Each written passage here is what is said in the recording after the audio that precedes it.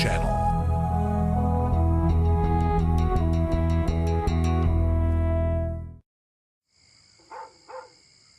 And they all lived happily ever after. Night, sweetie. In an ordinary house, on an ordinary street, there lived a cat. Oh, there's my kitty. You're so sweet. He had everything a kitty could want. Feed the gerbils, honey. Affection, food, shelter, and a family who thought he was the sweetest kitty in the whole wide world. I'm such a good kitty.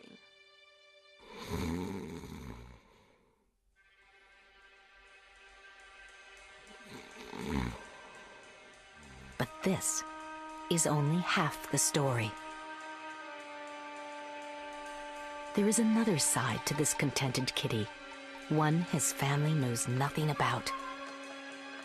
Like his ancestors, he has the heart of a hunter. Well-fed and showered with affection, wildness still courses through his veins.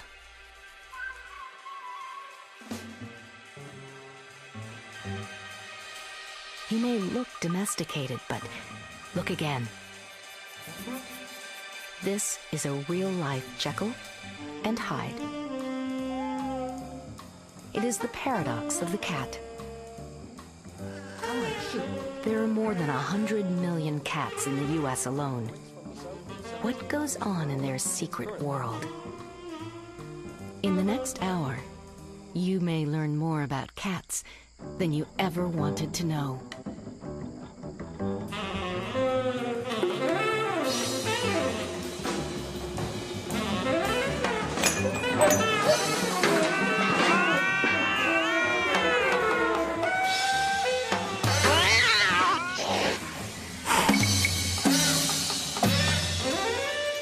It's 8 p.m. Do you know where your kitty is?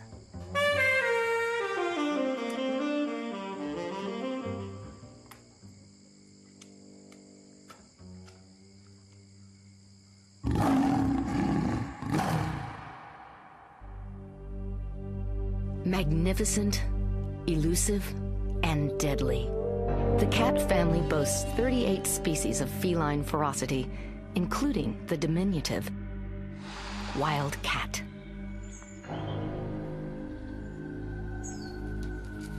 Since prehistoric times, these cats have wandered Africa and Europe. The presumed ancestor of our domestic cat, the wild cat might look like a tabby, but its canines and claws are as lethal as those of any tiger. In its eyes, there's a haunting familiarity. How did this ferocious feline jump the wild track and make its way to our milk bowls and our beds? Felis catus set out on the rocky road to domestication more than 3,000 years ago. In ancient Egypt, this hunter extraordinaire kept rodents from the granaries. In return, he was worshipped as a symbol of life. But history would not always treat our feline friends so kindly. Believed to be the devil's companion, more than a few were burned at the stake for keeping the wrong company. Luckily, the cat would soon fall into grace once again, for his hunting skills proved invaluable on the open seas. Cats kept the rat in check. Near the end of the road, perhaps the most steadfast alliance was forged between the farmer and his beloved barn cat. What you got there? You are a good cat. Ironically, the cat's very wildness was its ticket to domestication. There's extra milk for you tonight. Now, to complete the journey. 12, 13, 14, 15, ready or not, here I come! What lay ahead was one of the most complex relationships nature has ever known. The remarkable bond between human and cat. Come on, hurry up!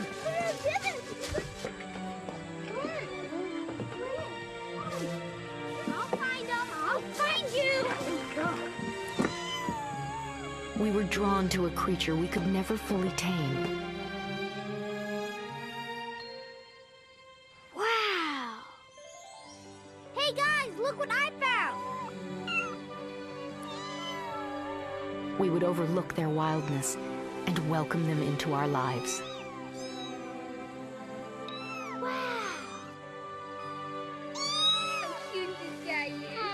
When the dust of the eons finally settled, we found ourselves inexorably linked to the cat. This extraordinary creature had found a permanent place in our hearts and our homes.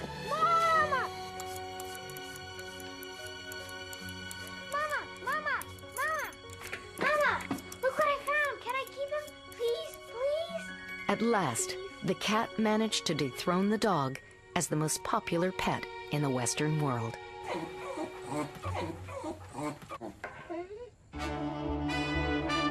In the U.S. alone, house cats have doubled in number in just 20 years. Come on, chin up.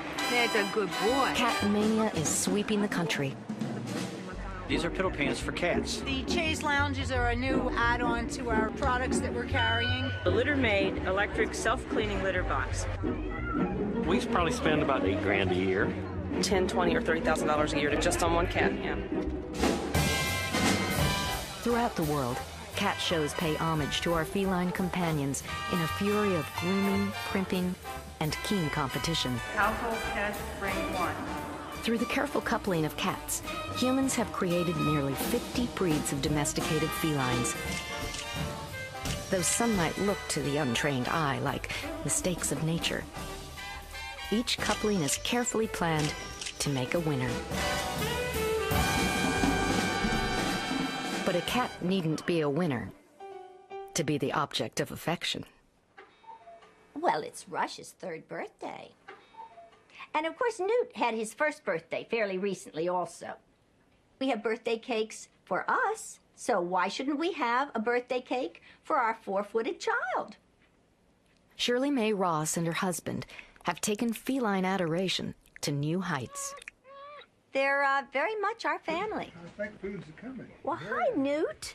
Dinner served. Hey, Rush, here's some food coming. Boy, chicken. My husband spoils the cats. Of course, I don't. There's a little And so more he chicken. always Tell you what, Ross, has the you cats get eating cat, with us yeah, at the and table. pheasant bins are here. One more bite, but don't let it spoil you. It won't get the same thing tomorrow night. They like to have the food that we're eating. And they oftentimes will eat very peculiar things. Things that they would never eat if you would put it in their bowl. But if they're eating it at the table, then it has to be good. As you can see, our cats are very well fed. But well-fed cats still do hunt. So we keep them inside, and our cats are never bored.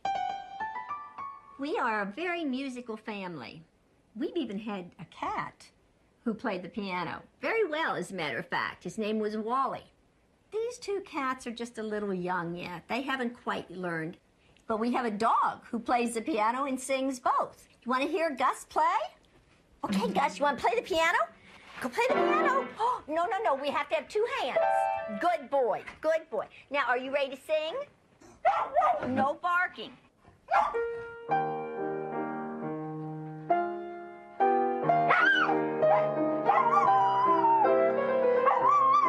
boy.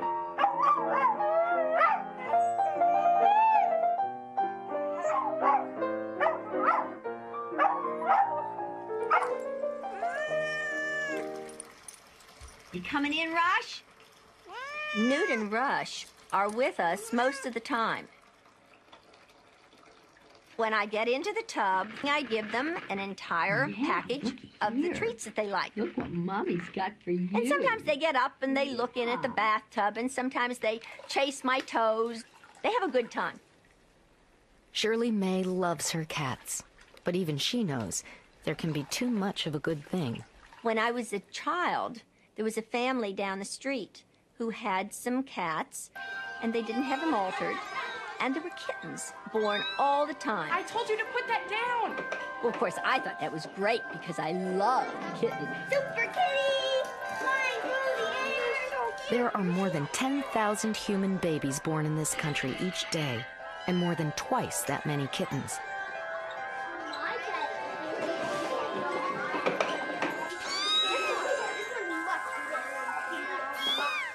Sheltered and well-fed, cat numbers can soar if reproduction goes unchecked.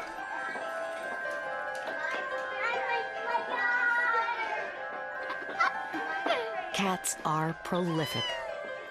One female can have as many as 30 kittens a year. In just 7 years, she and her offspring could produce over 300,000 kittens.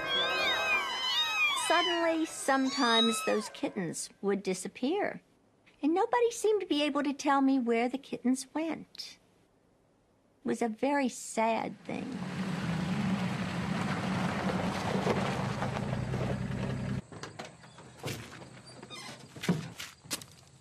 With such feline fertility, unwanted cats are a sad byproduct of our domestic bond.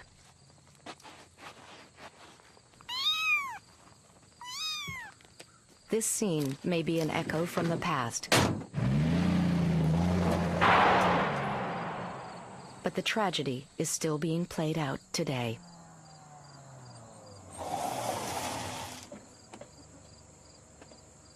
Even now, hundreds of cats are abandoned each day in the U.S. alone.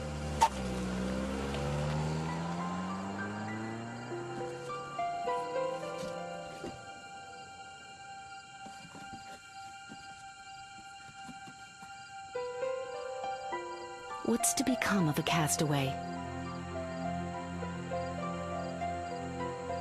He is suddenly faced with the struggle to survive in an alien world.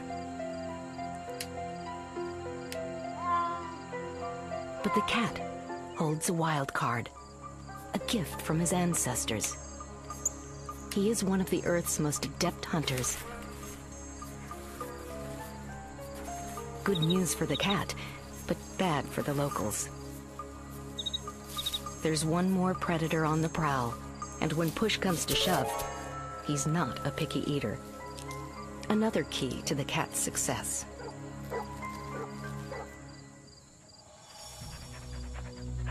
In the face of adversity, the cat often has the advantage. Armed with sharp claws, he's not restricted to terra firma.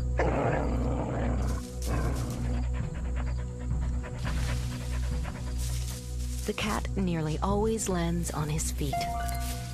This diminutive creature seems to defy the odds.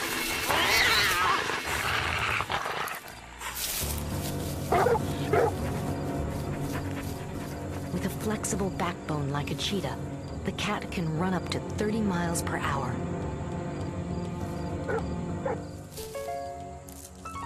But at times, the best strategy is to seek shelter and wait. For the tables will soon turn for Felis catus.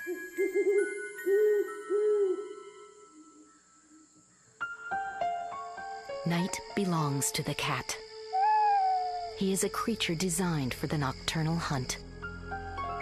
With night vision, whiskers to help navigate, a keen sense of smell, and ears tuned to signals that mere humans could never perceive. The faintest squeak, even from a distance, allows him to pinpoint his prey and launch his assault.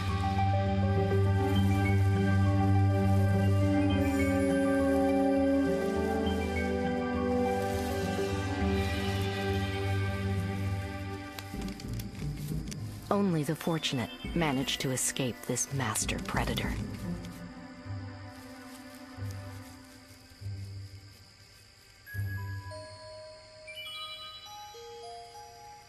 The cat is a marvel of engineering.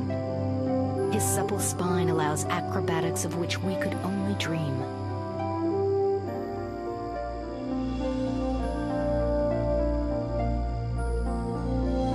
His uncanny sense of balance almost always ensures a safe landing.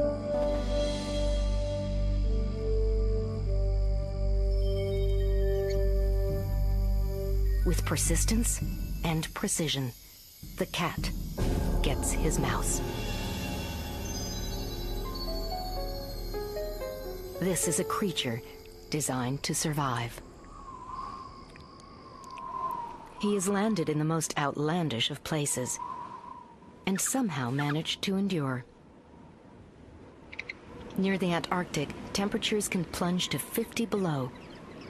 On a diet of seabirds and the occasional penguin carcass, the cats of Macquarie Island have persevered since they were dropped here by sealers over a century ago. Half a world away, the volcanic Galapagos Islands offer little water or prey to its immigrant cats. Though lean, the population persists. Abandoned cats are struggling to survive throughout the world. Even in the U.S., where there are an estimated 50 million. Here in Miami, Florida, thousands of forsaken felines have landed in the middle of a raging controversy. Though the dumping of pets is prohibited in Dade County parks, it's not uncommon to find colonies of up to 75 abandoned cats. What are the consequences of so many predators? Don Cinquina of the Tropical Audubon Society is concerned about the wildlife.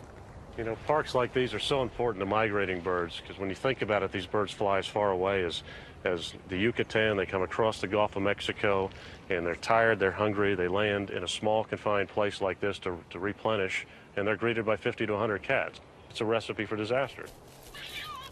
Through no fault of their own, these felines have stirred a fiery debate. Kate Ruby is one of many volunteer feeders who have taken pity on these outcasts.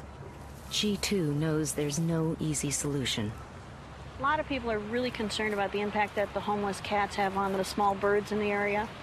In an ideal world, we wouldn't have people dumping their pets, and the cats wouldn't be outside, and they wouldn't be impacting the wildlife. But in this cycle of human neglect, it's not just the wildlife that's in jeopardy. These cats are at the mercy of world-class hurricanes, aggression within the colony, and disease. It's really upsetting to me when someone dumps their pets here because this is absolutely no life for a cat. In the last 3.5 months, we've had 39 new cats dumped here. With so many new arrivals, the population is exploding. Spaying and neutering is critical, but most of the strays have become so wild, it's impossible to even approach them. Catching them is always a challenge. I would say close to the building. Wouldn't you? Members of the Cat Network provide the traps, the ingenuity, and the sardines. We really hope we catch that calico. Still, there's no guarantee which cats will venture into the traps, if any at all. Only tomorrow will tell.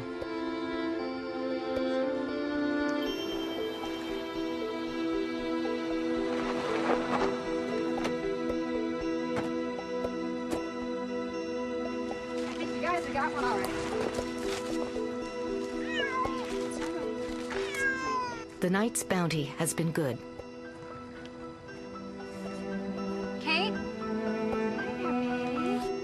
Is this the orange you were looking for? Yes, it is. I'm concerned that he's really sick. Looks like he's going to have AIDS with all of those marks. Off to the vet you go.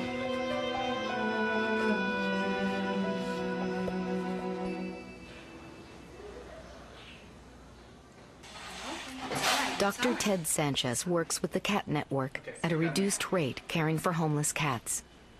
The rest of the funds come from volunteers like Cindy Hewitt, who contribute thousands of dollars each year. We're going to be taking a little blood test, and we're just going to try to rule out a couple of viral diseases that they commonly get. It's a male, and these guys tend to be a little bit more prevalent in the males than in the females because they tend to have more sexual contact. We're just going to take a little blood. Cats are vulnerable to 2 lethal viruses. Feline leukemia and feline AIDS are both highly contagious and deadly. It's not a pretty death. Cindy, I think we may have a positive here. You can tell here. We'll see what the test comes out, but you see the gums, they're real red. He's got a pretty good gingivitis here, which is one of the common things we see with feline leukemia or FIV, plus the fact that he's a male. So we'll wait. He's got a couple of variety of skin lesions as well, so he's not in the greatest shape. He's been eating well. He's not too thin, but this is a bad sign. It really makes me sad that the animals suffer. And anytime I have to put a cat down, it really bothers me. Sure. But if you leave him, then he's going to infect the others. Sure, it's the right thing to do, unfortunately. And he'll also have a really miserable death. If they go through the course of this illness, it's not fair to them. They suffer too much.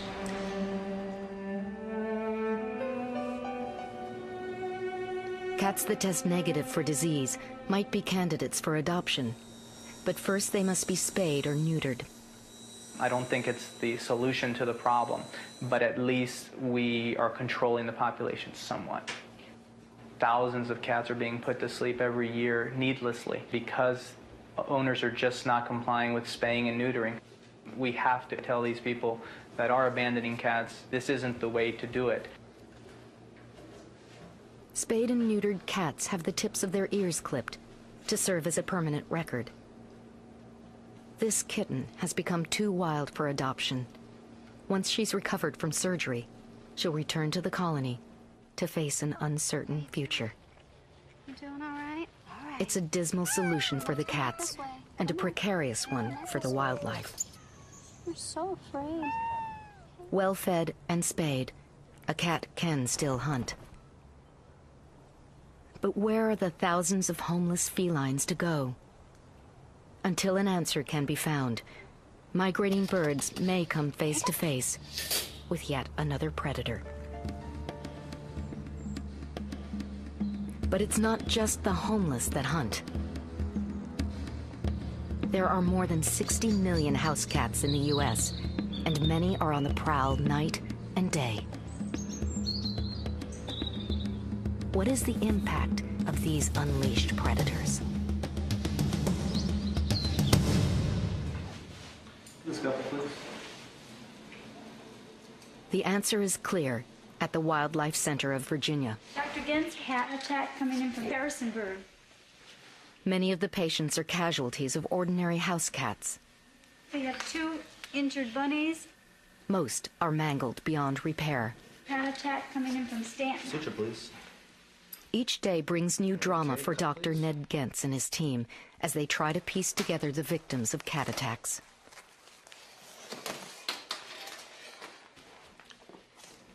Well, I think this one's going to make it. Although probably half don't. Casualties pour into the Wildlife Center night and day. Pet owners are often shocked to find that their well-fed cats are killers. Though some have been declawed, the attack is often just as gruesome. This one was injured on its eye right here. And it was bleeding this morning really bad. And this one was injured on its leg there. Oh, you better put it back in. The hospital recovery room is filled with creatures that fell prey to the claw. Most require intensive care. But for every recovering patient, there are 4 others that didn't make it. This represents 2 weeks of cat attack victims brought here to the Wildlife Center of Virginia, the non-survivors. We probably have an equal number of animals in the intensive care unit still being treated now that we hope will do better than these, but statistically about 80% of the cat attack victims that we see here don't survive. Cats are incredibly efficient hunters and predators. This poor bunny was effectively disemboweled by the cat that caught it. Creatures lucky enough to survive an attack face yet another peril. Cat saliva is almost toxic by itself. Getting bit by a cat is like injecting poison into a wild animal. A wild animal with a cat bite that doesn't die from the trauma will die of an infection within 24 to 48 hours. As a wildlife veterinarian, it's my job to take care of sick and injured wildlife, and I like to do that. But this is a waste. These animals didn't have to die. If people would keep their pet cats indoors, these animals wouldn't end up in my wildlife hospital. What's a cat owner to do? Just 3 hours from the Wildlife Center of Virginia, on 25 acres of rolling woodland, lives a cat named Ting Tang 2. Ironically, he lives with a biologist whose specialty is birds. As a devoted cat owner, Ruth Beck has been grappling with a personal dilemma. I specialize in ornithology, and I'm very interested in birds. But I also love cats. Ting Tang 2 is a hunter. It is not the cat's fault, it's what he does, and what he does successfully. He has some basic equipment, just as every hunter would have. First of all, you can look at these nice teeth. And then we have an excellent set of switchblades, and they indeed can inflict quite a wound. Soup's on, come on. Ting Tang 2 is a well-fed cat, but breakfast never puts a damper on his favorite pastime. He's an avid bird watcher and hunter. Each morning, after a full can of food, Ting Tang is ready for his favorite sport. But he has to comply with the rules of the house. Most bird species feed early in the morning. So just by not letting him out until 10 or 11 o'clock and for just a few hours mid-afternoon when the birds are less active will certainly help to prevent the cat from capturing the birds. Ruth has found a compromise that gives the cat some freedom, but gives the birds some protection as well.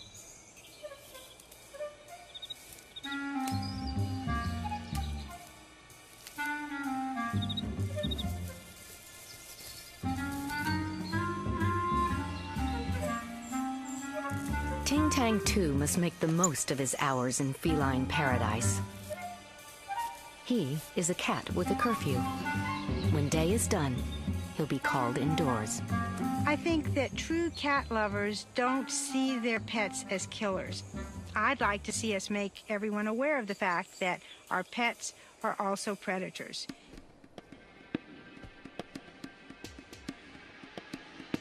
If we come to terms with the fact that our cats do hunt, the question then becomes, how much are they hunting? Look at this.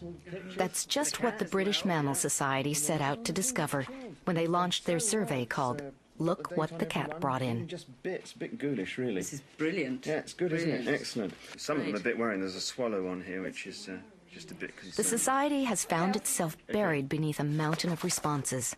For Michael Woods, processing the results has been daunting. Come on, I can't have you sitting on top of all my work. No. Well, I have a very ambivalent relationship with cats. I love the way that they move, and I think they're beautiful animals. But I just hate what they do to the wildlife. The Society invited the public to register their cats for a 5-month period, detailing every creature their kitty dragged home. The amazing thing is that we've had results from 750 cats, which is a huge amount, and much better than we'd expected. We've got a lot of them analysed, and it's giving us some really good answers. And some of them are real big killers. There's some big killer cats out there, and they're causing quite a lot of mayhem. Remarkably, and almost as you'd expect, the traditional prey of the cat, the mouse, has come out much the highest. If you extrapolate up to the number of cats we have in Britain, which is around about 7 million, and that's just the tame ones, the wild ones are on top of that, then we're looking at something around 200,000 mice are killed every year by cats. And then we have voles, and then after that, shrews. The mice are interesting because a lot of people think we don't need mice, because they can be a pest and a problem, and particularly if they get into the house. But mice are very important, along with the other small mammals, as prey species for our natural predators. Then if we turn to the information we've got about cats, we find that a third of them approximately wear bells. Wearing bells seems to make almost no difference at all to the amount of prey that they catch. They still go out and catch just as much. And colour of cats seems to make a difference. White cats appear to catch a lot less than some of the other more camouflaged cats. And I guess it's colour that does that, particularly at night if they're hunting at night. The survey's certainly shown that however much you feed a cat, it makes no difference at all. And the cat feeds, and it's just as likely to start hunting immediately. Out of 750 cats, one of the biggest killers is Missy, a female cat who lives down in Dorset and who has killed over 7 pages worth of small mammals and birds for us to include in the survey. So she is a real, wicked thing to have out there.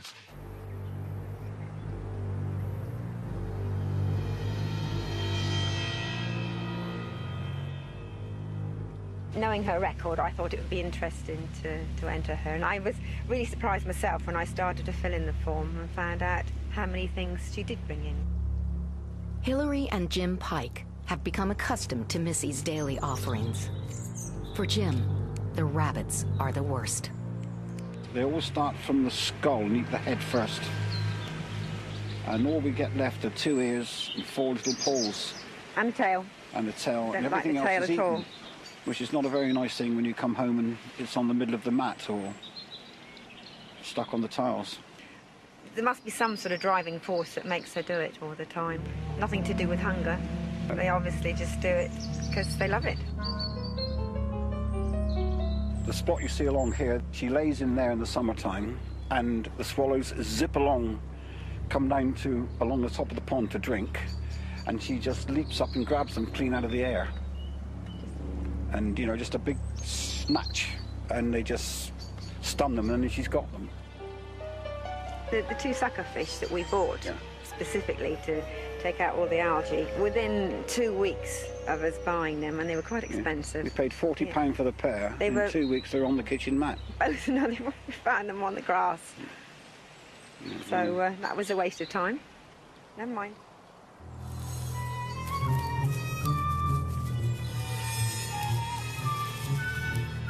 Well, I've been collecting what Missy's brought in for the last 2 weeks, approximately. So, would you like me to show you just a few of the items? Or bodies, I should say. There's a little bird, I'm afraid. Just looks as if he's asleep, but unfortunately, there's one gone. And then this is one of the many mice we have around here. I don't know if you're into gruesome bodies, but that's what can sometimes find something like this when I come home from work. Well, what was it? I'm not quite sure. I think probably a mouse. This is what Missy's brought in less than 2 weeks. So she's quite a hunter. She's really surprised us on the amount of carnage. I've got to say that it's really shocked me when we started counting them up. In the last 2 weeks, she's brought in maybe 30, 36 items, plus maybe another dozen or so that we've let go. And I think that's a little bit too much, really.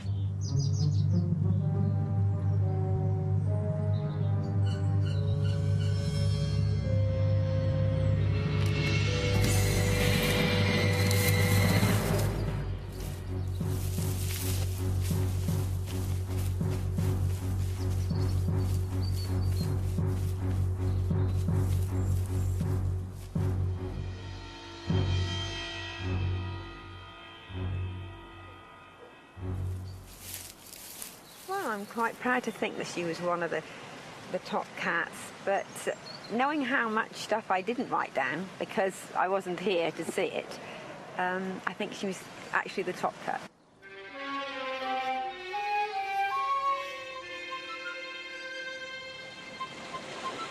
For many a cat, such extraordinary hunting prowess at one time translated into a ticket to travel the world. They kept stowaway rats at bay and provided welcome company on the open sea. But not all the cats that left port made the long journey home. Some jumped ship and soon had a foothold in a new frontier. New Zealand is a unique place. Like many islands, its wildlife evolved with few natural predators. Today, rare shorebirds still lay their eggs on the sandy beaches, completely exposed. Attentive parents tend to their chicks, but their nests are vulnerable. Until recently, the system worked fine. But today, New Zealand's shorebirds are in trouble. Here at Mungawhai Wildlife Refuge, the fairy tern is down to less than 6 breeding pairs. Each chick represents the future of the species.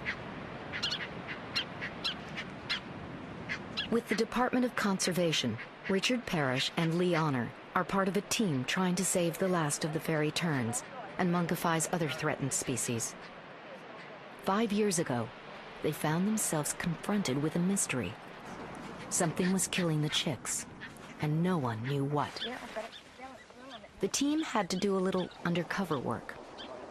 One year we lost a lot of nests of the fairy terns, and we didn't know who was doing it, so we decided to set up an infrared camera 24 hours a day on the nest and try and work out who was taking the eggs and the chicks. The new lens is good, isn't it? The wide-angle lens. Oh, it is, yeah. Taking in a much bigger field of view. Well, those chicks will probably stay there another day. You think so? Initially, we set it up on the Caspian tern colony just to get used to the equipment and iron out the problems. What they discovered was both alarming and macabre. We ended up catching a cat on film, and over 4 nights that cat took out 40 chicks. The interesting thing for me was that the cat only ate the heads. They left the bodies behind. Over the next 4 years, they trained the camera on various nests and found more gruesome evidence against the alien predator. As a result, feral cats are now being eradicated in Mangawhai Park.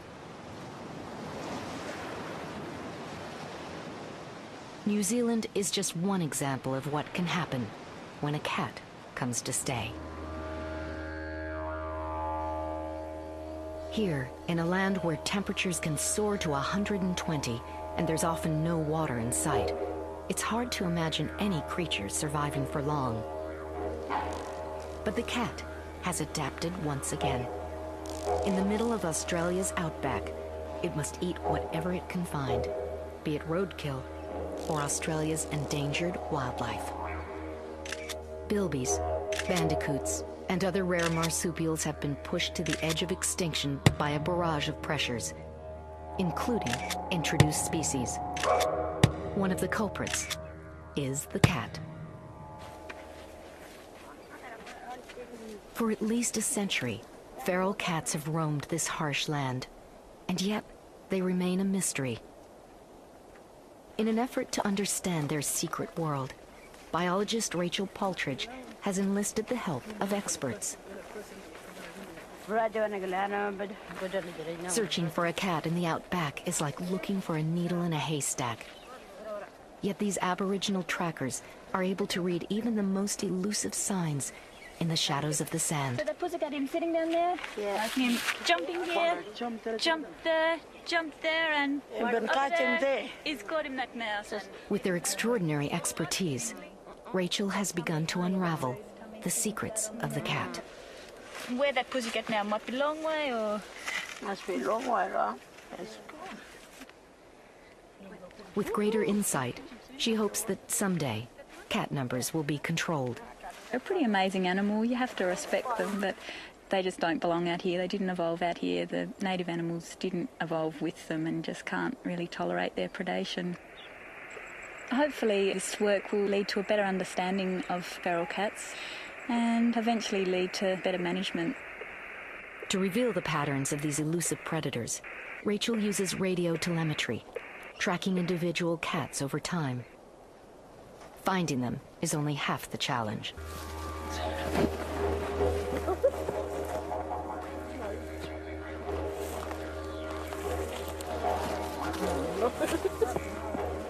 Feral cats are as ferocious as any wild animal. Before handling one, Rachel must first anesthetize it. Cat bites are not only dangerous to prey, they can infect humans as well. We caught this cat about 4 months ago using the Aboriginal trackers to catch it and radio collared it, and we've been following its movement patterns in those last 4 months. This cat normally only roams over about 2 or 3 kilometres a day, and he has a fairly tight home range that he lives in. 4 kilograms. He's lost about 300 grams in the last 4 months. I don't know if it's maybe times are getting a bit tough, there might be a bit less food around. I just wanted to check that his collar was still okay, not rubbing on his neck, and just check his general condition. But he's fine, so we'll just let him go here and continue tracking him. Any cats that are not part of Rachel's study might find another fate awaits them. It is a twist of irony. The cat has helped push much of the Aborigines' traditional prey to near extinction. In doing so, it now fills an important niche itself.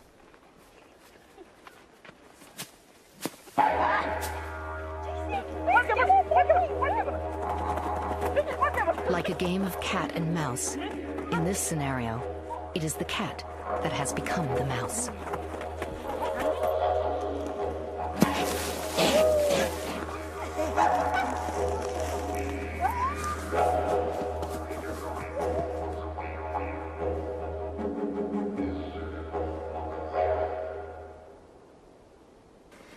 Gonna cook this one up for supper tonight? Well, we gotta cook meat. Yeah, good meat. These people have been eating cats all their lives, and it's quite an important part of their diet. So they'll probably cook it up on the fire tonight. Good bush meat. Yeah.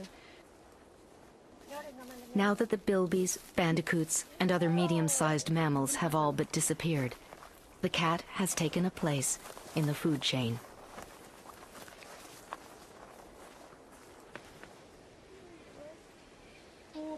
Back at camp, Rachel collects as much information as possible before the cat becomes dinner for the trackers. Do you reckon he's got much in his stats? I'm trying to look at the predation pressure on all the wildlife out there in the Spinifex grasslands, and looking at gut contents is probably the best way of understanding what they eat. This cat was obviously a very good hunter. Is that witchy? But you can just see quite plainly that each object's quite intact still. Yeah. What's this one? Snake. It's got a little snake in here. Oh no. Well, there's heaps in this stomach. There's 3 different sorts of lizards, 3 of these military dragons, 1 quite large Agurnia skink and a smaller Pantherina skink. And there's also some remains of some bird feathers, so you can just see how much of an impact they're probably having on the native wildlife out there if just each cat eats that much in one day. Ideally, we'd like to get rid of them altogether and see native animals that have declined severely return to their original status out here. Until the cat is better understood, it will remain a fixture in the outback. It has worked its way into the food chain, for better or for worse. There is a new order here in the heart of Australia, and it's not a kind one for the wildlife or the cat.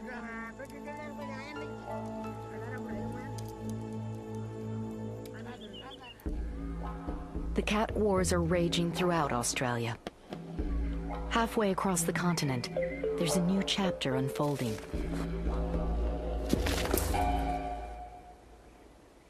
On 160,000 acres of land, a wire fence stretches as far as the eye can see. Why would anyone put up a 150-mile fence in the middle of the Australian outback? The world has lost 40 species of mammal over the last 200 years. 23 of those were Australian. At present, about 1 a year we're losing, and that's just not acceptable. John Walmsley is a self-made millionaire and rabid conservationist. Considered controversial by many, his passion for native wildlife has fueled his ire against the cat. Well, let's talk about cats. This is a feral cat, and they came to Australia about 500 years ago, probably with the early shipwrecks off the Western Australian coast, but they couldn't cross Australia until the rabbit came. The rabbit came late 1800s, and that allowed the cat to cross Australia, and that's when the devastation started. I love Australia, and I love the Australian wildlife. I've taken on the job of saving them, and I am going to save them. It's as simple as that. For over a decade, Walmsley has bred endangered species in captivity to ensure that Australia's unique creatures don't slip away. We're an island, we had no serious predators, and all these incredible creatures evolved like well, they were marsupials, most of them, and they evolved to do wonderful things. We've got banded anteaters with fluffy tails. We've got kangaroos that burrow in the ground like rabbits. And we're losing them. We've got the booby that looks just like a cartoon character. The world would love to see our animals, but they can't because they're all going. Walmsley's dream to create a safe haven for native creatures is getting closer all the time. But fencing in habitat is only half the battle. Before endangered wildlife can be released, the enclosure will have to be free of introduced species. This fence is all about cats and rabbits. It puts a pretty big boot in it. It's a massive charge, and it's like getting hit in the middle of the back with a sledgehammer. When a cat touches that fence once, it doesn't come back. On the other hand, we don't want to stop the big kangaroos, the wildlife that already live here. We don't want to stop them with this fence, so this fence is designed to let them through. The kangaroos and emus just hop through. What we're going to do here is we're now watering the cats. The cats now have plenty of water here, and on the hottest day in summer, when we get there in February, when all the rabbits are gone, we're going to cut off their water. There'll be water outside the fence. They'll come over the fence to get the water. They won't be able to get back in again.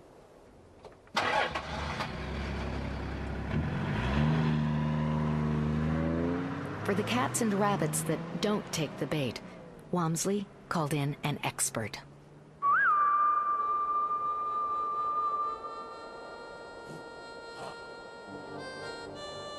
Well, I guess Adam O'Neill is the real-life Crocodile Dundee. He understands animals and the bush better than anybody else I've ever met. He's probably the best shot that I've ever seen. He can knock over a rabbit at 500 metres without any trouble. Yeah, he's got the job of getting rid of the cats and the rabbits.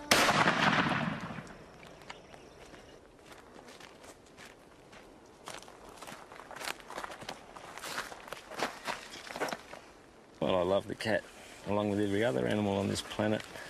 They're not exactly calculating and malicious with intent. They're just out there acting on their instincts to survive. It's just unfortunate the way things have panned out, I suppose. But they've obviously got to go from this environment. Once again, the cat has been caught in the crossfire.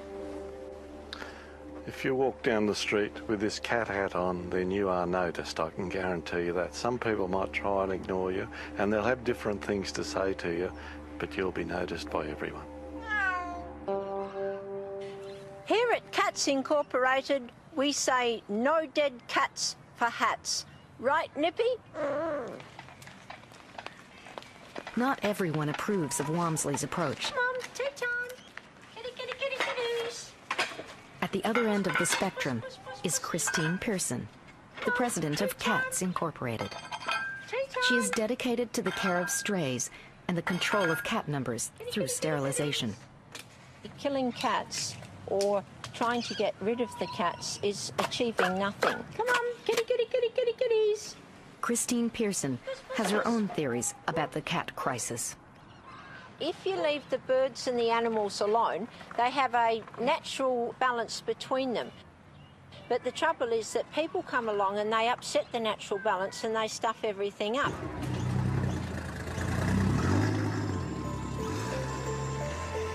And so the cat wars continue to rage. Where does the solution lie? Perhaps it begins in our own backyards. In the Adelaide Hills, there is a cat whose lifestyle changed a few years back. Owner Christine Collier is a bird lover who's found an unusual solution for her beloved cat. Diddles is a happy cat. The more comfortable she is, the happier she is, the further out that tongue will hang. She is the most beautiful cat in the world. We just don't think that there's another one like her.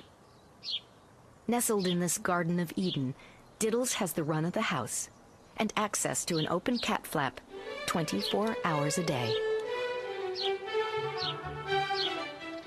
The world outside for Diddles is a labyrinth of bridges and tunnels, a playground for cats. We have what we call the London Bridge, which Diddles just loves to run from one side to the other, up and over and down. It's not a cage, and that's the beauty of it. The garden is full of birds, be it the hooded pigeons, the red finches, rosellas, the cockatoos that fly in. They will graze directly around the cat units. It's lovely to see the birds coming around so close. It certainly is peace of mind for me to know where Diddles is, that she is safe and she can go outside and enjoy life just as normal, but she's protected. And so are the birds.